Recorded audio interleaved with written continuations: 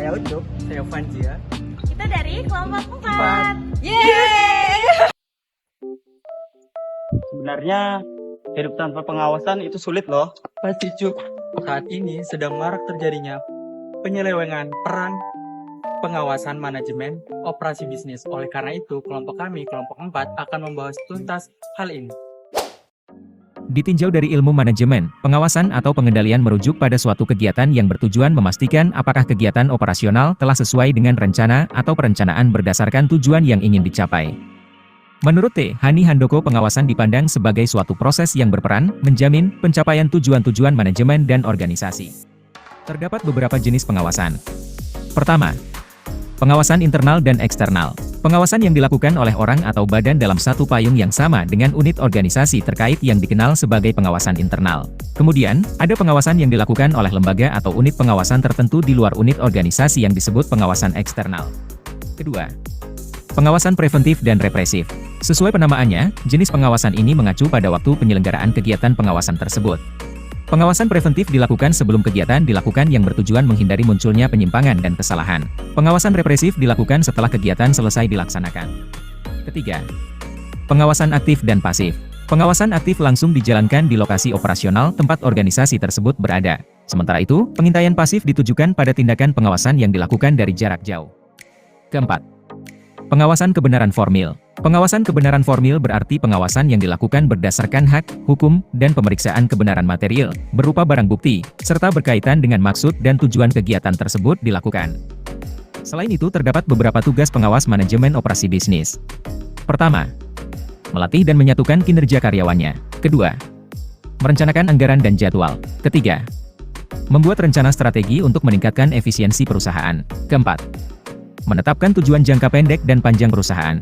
Kelima, mengelola karyawan yang mempunyai kinerja buruk agar menjadi lebih baik. Keenam, mengawasi komunikasi dengan pelanggan. Ketujuh, mengubah dan memperbarui kebijakan yang dapat ditingkatkan. Kedelapan, yang terakhir, bagian yang paling penting, yaitu berkomunikasi dengan atasan maupun bawahannya.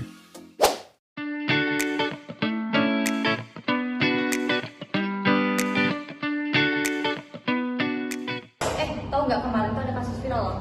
Hah, yang mana? Kalau nggak salah itu tentang gaji lembur karyawan yang dibagikan. Oh, aku ada denger sih kasus itu, tapi kayaknya kasusnya udah diselidikin kok sama di Snaker Trans. Loh, pekerjaannya melapor kah? Kayaknya sih gitu. Iyalah, masa capek-capek kerja tapi nggak dibayar. Rugi dong. Iya sih. Tapi gimana sih cerita lengkapnya kok bisa sampai belum dibayarkan gitu? Katanya sih yang aku dengar pengawasnya yang nggak benar. Masa pengawasnya nggak tahu kalau karyawannya belum dikasih gaji lembur? Kan aneh. Hah, gimana? Berarti pengawasnya nggak turun tangan langsung dong? Pengawasnya makan gaji buta ini. Sebenarnya gini lah ceritanya, kan si karyawannya punya atasan yang harus ngegaji mereka. Tapi atasannya malah nggak ngegaji mereka. Tapi atasan ini tuh bikin laporan gitu ke pengawas kalau dia sudah ngegaji mereka, kayak laporan palsu. Loh, pekerjaannya nggak ngecek ulang? Maksudnya pengawas itu nggak ngecek ulang gitu? Nah itu pengawasnya juga nggak benar. Pantas saja bawahannya bisa bikin laporan palsu. Pengawasnya ini jarang turun ke lapangan. Nah, iya benar tuh. Malah bisa jadi pengawasnya ikut andil makan gaji lembur karyawannya tuh. Udah. Ini aja, ini jadi pelajaran aja buat kita kalau misalnya jadi pengawas tuh ya seenggaknya tuh ngecek ulang kerja karyawannya mau dari tingkat bawah sampai tingkat atas. Kalau kayak gini kan memang perusahaan yang jelek. Nah, iya benar tuh. Bego, udah jam berapa nih? Jam 5 lagi nih, aku masih ada cara nih. Ih udah jam 5 udah sore, apa kita pada pulang aja? Pulang aja sih Iya, bagusnya. tuh. Ya sudah, ayo dah. Ayo kita balik. Jadi kesimpulannya pengawas merupakan peran yang sangat penting dalam manajemen operasi bisnis. Introduksi pengawas dapat memengaruhi kinerja bawahannya. Dari contoh kasus yang tadi dapat kita simpulkan bahwa masih banyak penyelewengan yang dilakukan oleh pengawas. Oleh sebab itu, kita harus mencari pengawas yang bijak dalam bekerja serta mementingkan karyawannya. Dan juga nih kawan-kawan, misalnya kawan-kawan dikasih kepercayaan untuk melakukan tugas ataupun menjadi pengawas atau apapun itu, seenggaknya kalian berusaha memanage diri sendiri supaya mengerti apa sih kewajiban-kewajiban kalian gitu.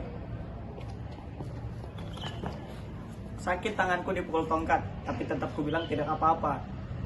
Cukup sekian video dari kelompok 4. Terima kasih dan sampai jumpa. Bye-bye.